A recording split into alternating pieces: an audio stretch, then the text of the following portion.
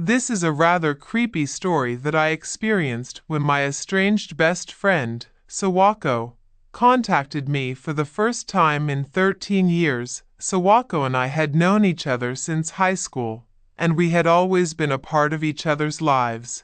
Even after we entered the workforce, she had a boyfriend who was 8 years older than me, whom she had been dating since our sophomore year of high school, and to be honest, I didn't think much of him. Shortly before we turned 20, she told me that she was pregnant. Of course, it was his child. However, when I told him about it, he disappeared and I lost all contact with him. It was soon after that I found out that he actually had a wife and child, and that Sawako had been forced to have an affair with him without knowing it. Perhaps because of the shock of this, Sawako ended up having a miscarriage soon afterwards. In a short period of time, Sawako fell to the bottom of her life with the pregnancy, his disappearance, the discovery of the affair, and the miscarriage, and I tried to cheer her up somehow. However, after that, Sawako's personality became more and more gloomy. She quit her job and became a recluse.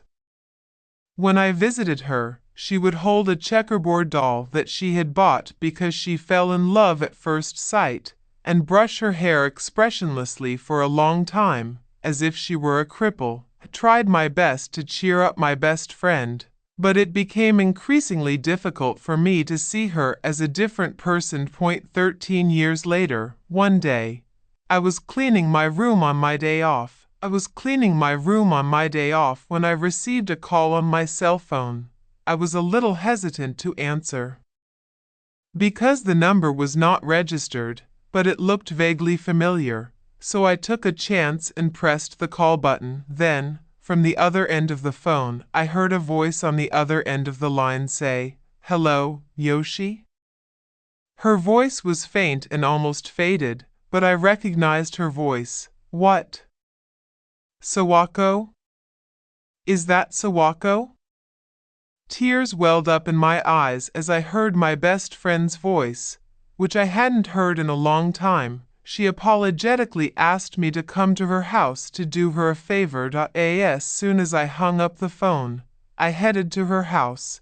The apartment where she lived, which I hadn't visited in 13 years, was so dilapidated that it looked as if it had been left behind from the brand new properties and apartments that lined the street around it. And it was as if I had gone back in time there. When I pressed the doorbell, a type not seen in recent years, a familiar face peeked through the crack in the door. I was shocked at the transformation of my best friend.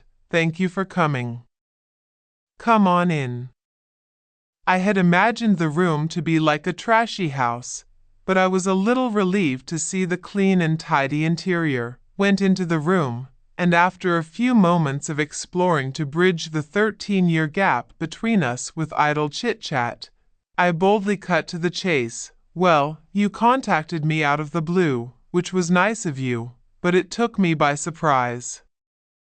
So, what's wrong?" "What's wrong?" She looked a little puzzled by my direct question, but then, as if she had made up her mind, she began to speak slowly. "Do you remember this doll?" She stood up quickly as she said this and pulled out a checkerboard doll that she had bought 13 years ago from a glass case on top of a chest of drawers. She said, "Oh, yes. I kind of remember." I remembered, of course, but the reason I dared to answer like that was because I had a bad premonition. From that point on, she began to tell me, as if she had been in a dam, about her strange experiences with the doll.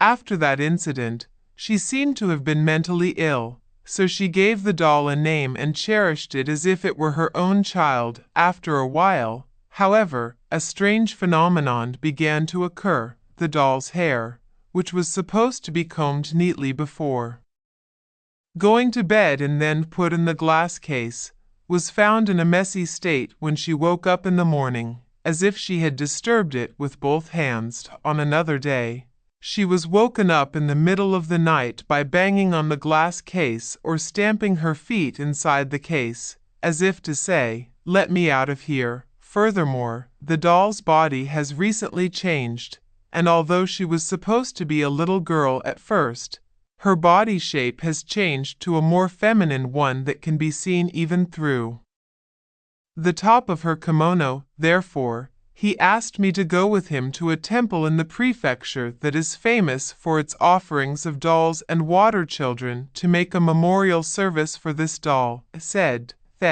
"You should have gone earlier." Sawako said I couldn't get rid of it, thinking that the soul of the miscarried child might be inside the doll. She said with tears in her eyes, she said, "But why now? But then, why now?" Sawako, being a former best friend, asked the unreserved question with a little reluctance. "Last night, I looked inside the case and found a puddle of blood the size of a 500 yen coin at the doll's feet. Then I checked the doll, and there were traces of blood running down the inside of its legs." She said that the doll had grown up and had finally started menstruating. So Sawako thought, as expected, "I can't do this any longer," and decided to make a memorial service for the doll and let it go. He went to the temple that day and had the doll respectfully offered. After that, Sawako returned to her bright and cheerful self and remains my best friend. However, when we go out on the town together, she sometimes stands in front of the dolls on display and gazes blankly at them, which sometimes worries me a little.